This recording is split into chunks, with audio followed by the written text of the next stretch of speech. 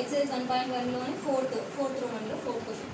So given that HCF 306 comma 657 is equals to 19. Find LCM 306 comma 657. మనకి HCF ఇచ్చారు వాళ్ళు.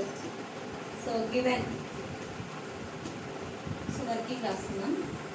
given వచ్చేసి HCF 306 is equal 306 comma 657 is equals to 9. మనకి LCM తెలియదు కాబట్టి క్వశ్చన్ మార్క్ పెట్టుకోవాలి. తెలియంది 657 ఈక్వల్స్ టు క్వశ్చన్ మార్క్. మనకి ఒక ఫార్ములా ఉందన్నమాట.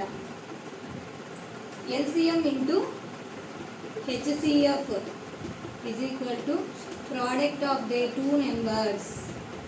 Product of they two numbers.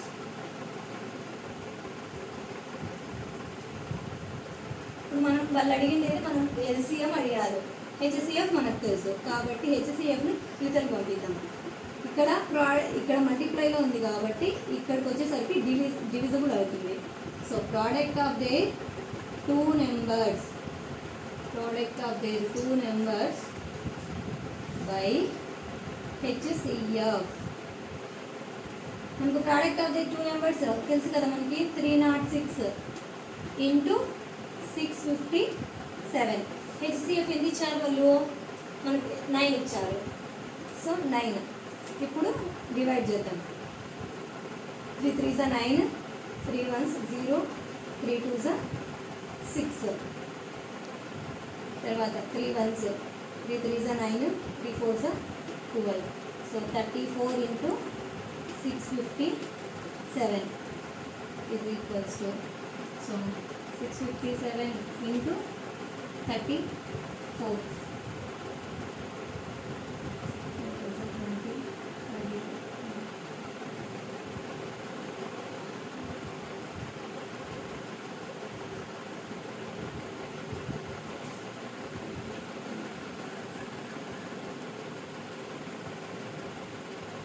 So answer వచ్చేసి 22,338.